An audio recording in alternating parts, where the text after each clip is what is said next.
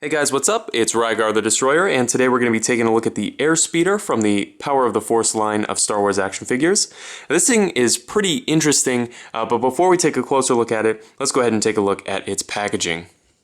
So here it is. It's got the yellow, green, and black background that's kind of characteristic of the Power of the Force era, and it's got a nice big image of the vehicle here on the front, and then a nice window here for the figure as well.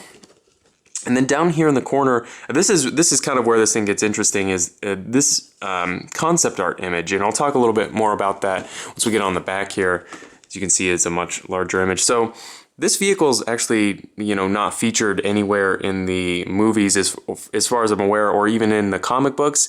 It's purely based off of this concept art image. And they kind of talk about that a little bit more in this description, if you'd like to read that.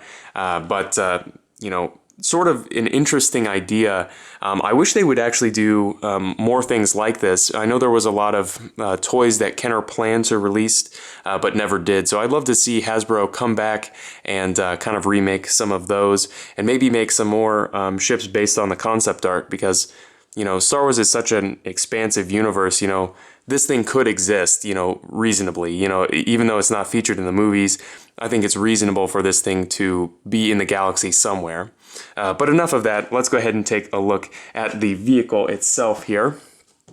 Now, as far as Star Wars vehicles go, it's a little bit smaller than normal. It's about 9.5 inches long, and it does come with one figure.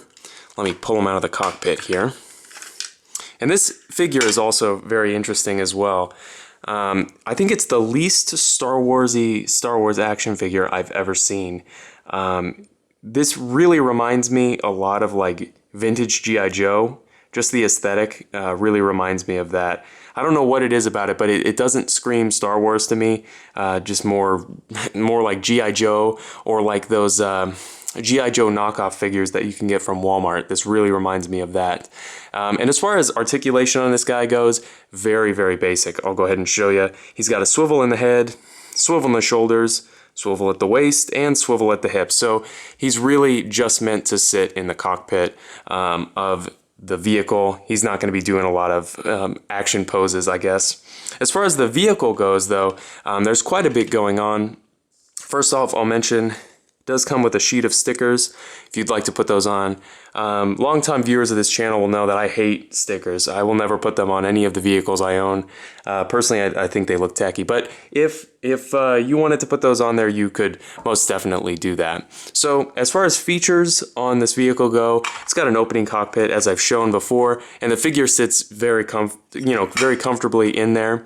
And then it's also got spring-loaded wings, and I really like this mechanism, actually. You push this little button here on the back, and then the wings pop open.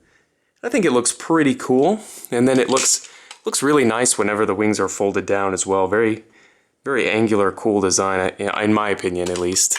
And then on the bottom here, there's a little cannon. As you can see, the missile.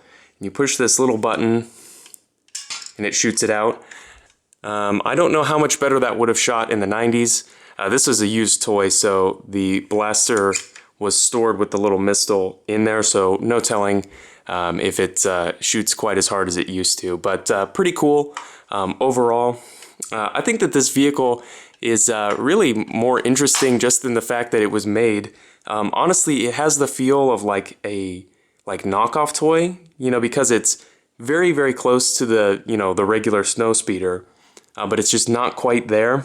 And then with the figure, it doesn't have like a Star Wars feel necessarily. It almost could be from a different line. It kind of almost has a feel of like a knockoff toy, but it's not. It's made by Kenner. So I think it's really interesting, and you can usually get these for pretty cheap. So I suggest if you see one, go ahead and pick it up, just because, it's kind of interesting, something new for Star Wars collecting. So if you have any comments or questions, leave them down in the comments section below, and I guess I'll see you later.